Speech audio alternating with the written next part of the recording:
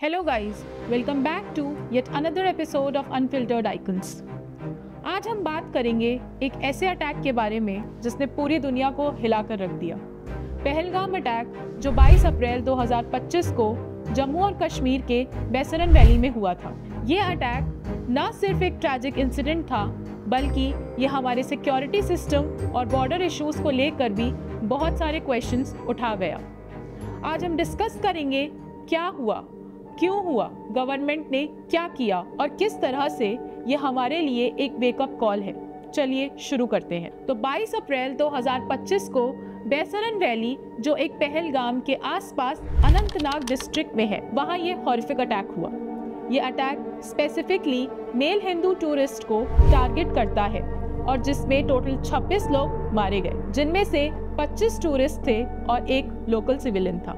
The resistance front TRF जो लश्कर ए ताइबा का offshoot है, उसने ये अटैक की रिस्पॉन्सिबिलिटी ली थी। अटैकर्स ने M4 कार्बाइन्स और AK-47 का यूज किया और मिलिट्री स्टाइल यूनिफॉर्म्स पहने हुए थे।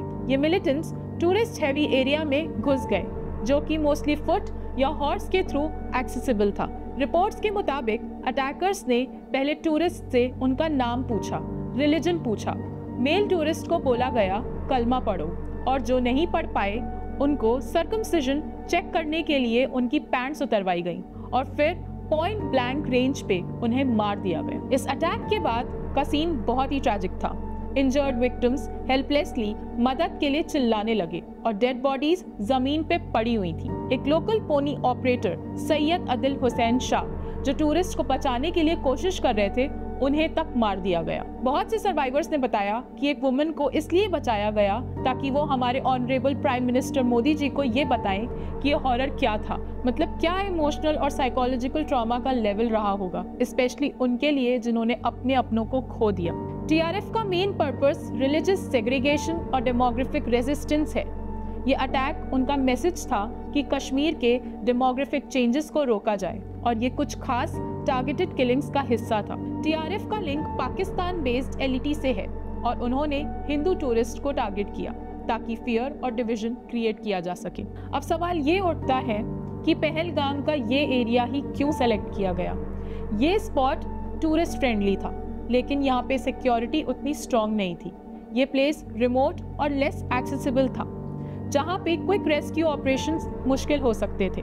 और एक बात और, ये रीजन 50 किलोमीटर दूर है नियरेस्ट हॉस्पिटल से, इसलिए इमरजेंसी रिस्पांस काफ़ी स्लो था। इस वजह से अटैक करना आसान हो गया।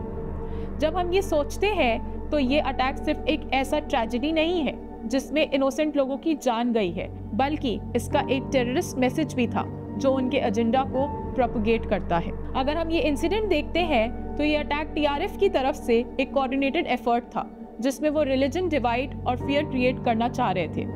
ये अटैक कश्मीर की सिचुएशन को फर्दर कॉम्प्लिकेटेड बनाता है।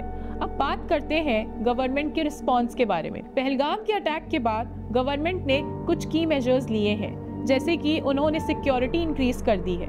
गवर्नमेंट ने CRPF, आर्मी और लोकल पुलिस की प्रेजेंस पहलगाम और सराउंडिंग एरियाज में बढ़ा दी है। बॉर्डर सिक्योरिटी पे भी खास ध्यान दिया गया है। पाकिस्तान के साथ बॉर्डर को टाइटली सील कर दिया गया है और क्रॉस बॉर्डर इन्फिल्ट्रेशन को रोकने के लिए एडिशनल मेजर्स लिए गए हैं। इंडस वाटर ट्रीटी, इस अटैक के बाद इंडस वाटर ट्रीटी पर भी गवर्नमेंट ने रिकंसिडरेशन किया है और ये डिबेट हो रही है कि पाकिस्तान के साथ रिलेशंस को कैसे हैंडल किया जाए।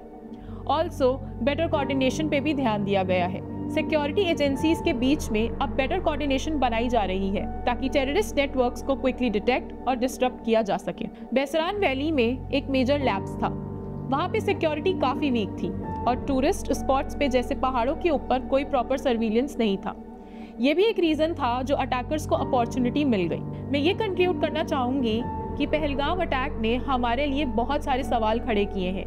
गवर्नमेंट ने इमीडिएट मेजर्स लिए हैं, लेकिन सिक्योरिटी लूपहोल्स अभी भी हैं। ये अटैक एक वेकअप कॉल था और टेररिस्ट ऑर्गेनाइजेशंस को डील करने के लिए हमें स्ट्रेंथन करना होगा अपनी बॉर्डर सिक्योरिटी और इंटेलिजेंस को। जब तक हम अपनी सिक्योरिटी को ओवरहॉल नहीं करेंगे, ऐसे इंसिडेंट्स होते रहेंगे। हम सबको मिल के सिक्योरिटी अवेयरनेस को बढ़ाना होगा ताकि हम अपनी लाइफ और अपनी नेशन को सिक्योर कर सकें।